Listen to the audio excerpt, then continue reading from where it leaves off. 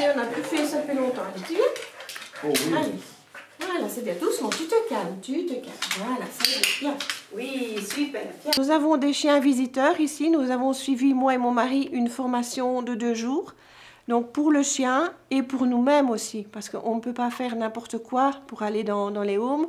On a fait des expériences, nous deux, mon mari, dans des homes qu'on a été, des personnes qui étaient là depuis des années, qui ne voulaient même pas tendre la main pour prendre un verre d'eau. Ici, on est arrivé avec les 2 chiens. La personne a tendu sa main pour caresser le chien. On lui a mis une brosse dans la main. Elle a passé la brosse vraiment doucement sur le chien. Et on voyait vraiment cette personne. Et l'infirmière qui était à côté, elle dit, ça fait des mois et des mois qu'on essaye de lui faire prendre quelque chose, même un stylo, un papier ou quoi, elle ne veut pas. Et là, ici, l'infirmière pleurait. De voir la personne ici avec le chien qui a fait le geste d'elle-même, en somme. Et même pour nous aussi, c'est vraiment très, très poignant parce que dernièrement, on a été aussi dans une maison. C'est un monsieur qui a été amené, qui était aveugle. Donc, moi, j'ai bien vu que ce monsieur-là était malvoyant, mais pas à dire que ce monsieur-là ne voyait plus du tout. Mon chien est arrivé près de cette personne. Elle a tendu son museau. Elle a été dans la main du monsieur. L'infirmière qui était à côté, elle dit, vous sentez le chien?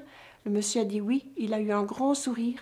Et mon chien s'est tourné et s'est collé vraiment contre la personne. Parce que les personnes ont tendance à rester isolées. Les personnes seules se renferment sur elles-mêmes. Et là, ici, le chien apporte vraiment, vraiment du bonheur.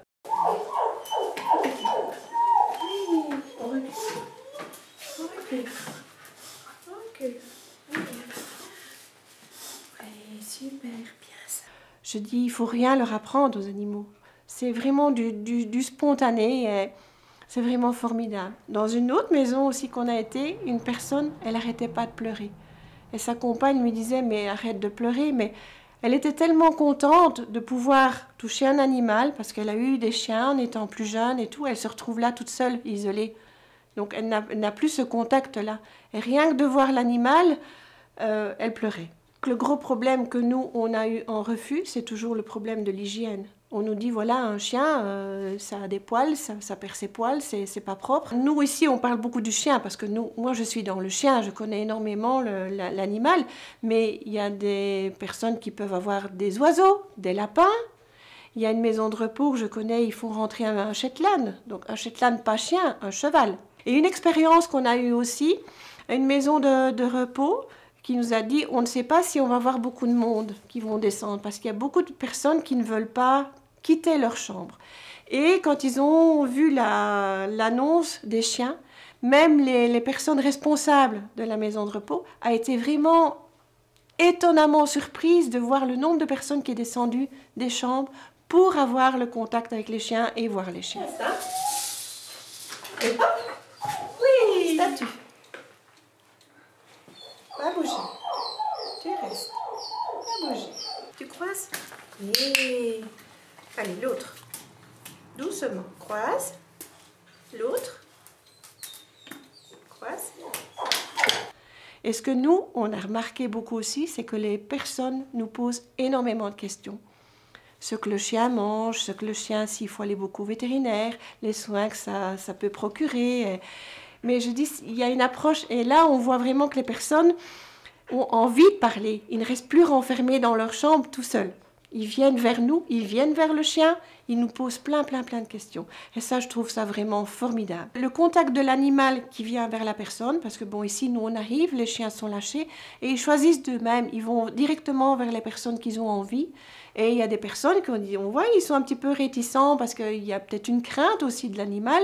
Donc là, moi et mon mari, on s'avance vers la personne. Le chien vient vraiment tout doucement, il vient lécher, on leur donne des friandises pour qu'ils donnent au chien. Et c'est vraiment spectaculaire de voir le bonheur de ces personnes-là. Et après, quand ils ont fait leur petit tour comme ça, on fait une petite attraction avec les chiens. Donc ici, on leur apprend à retourner à leur place, on leur apprend à passer dans un cerceau, ils passent entre nos jambes. On leur apprend aussi à aller chercher une balle près de la personne. On donne la balle à la personne, ben vous jouez avec le chien. Donc là aussi, c'est un apport phénoménal pour les personnes. Je voudrais bien préciser aussi qu'au niveau de l'animal, tout le monde ne peut pas dire « je vais dans un home avec mon chien il est gentil ou pas ». Non, il faut quand même être très très vigilant. Il faut être certain que le chien ne soit pas agressif. Maintenant, un chien qui va aboyer n'est pas automatiquement un chien agressif, mais il ne faut pas avoir un chien peureux. Parce qu'un chien qui a peur, automatiquement, vous risquez une morsure ou un accident. Et là, ici, on ne peut pas se permettre d'avoir un accident.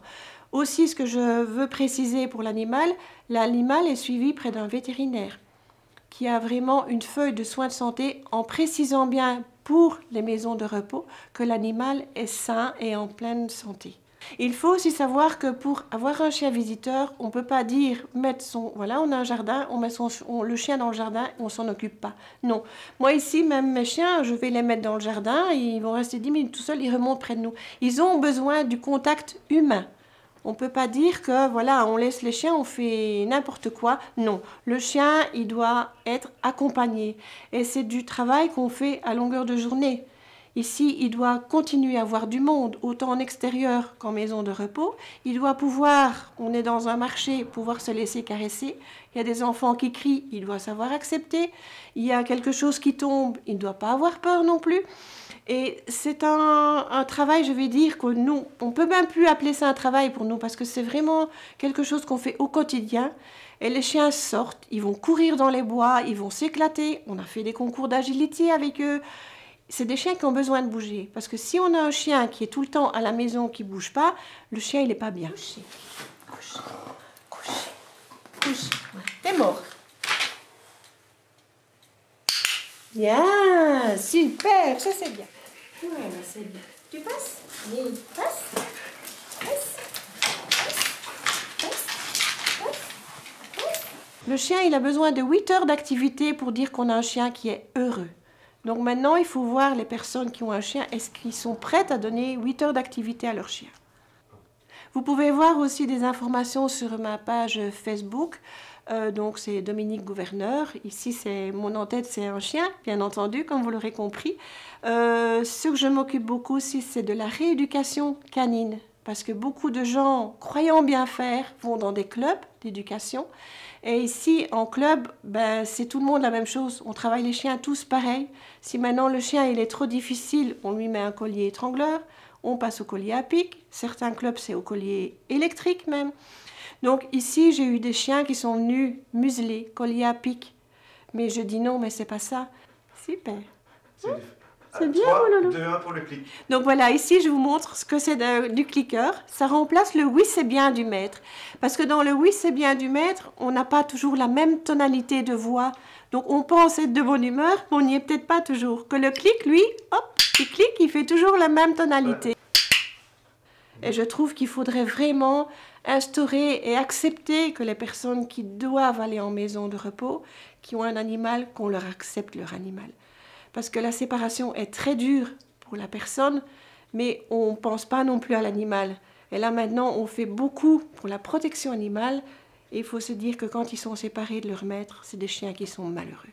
Voilà, je voulais aussi vous dire, pour l'apprentissage du chien, moi ici je travaille dans la méthode positive. Donc je ne vais pas imposer quelque chose à mon chien. Maintenant, je vais penser très fort que mon chien doit se coucher. Donc j'ai un petit clicker en main, j'ai une récompense, et moi je vais regarder le sol. Et le chien recherche toujours le regard de son maître, et rien que le fait de regarder le sol, le chien sait très bien que j'ai envie que le chien se couche. Donc là, il y aura un clic et il y aura une récompense. Donc tout ça va amener énormément aux personnes. Ils vont pouvoir se réintégrer dans la vie sociale. Ils vont pouvoir aussi se redonner une importance pour pouvoir dire, voilà, moi je peux encore m'occuper de quelque chose, ou je sers à quelque chose. Parce que les personnes ont tendance à rester isolées. Ils doivent être à l'aise partout, ils ne doivent pas avoir d'agressivité non plus. Donc il faut penser chien. Arrêtez de penser humain. Pensez chien. Tu caches? Oui, bien. Donc le clac, ça sert à quoi le clac? Le clic ici, ça sert à lui dire que c'est bien en somme. Si elle fait quelque chose de bien, on la récompense.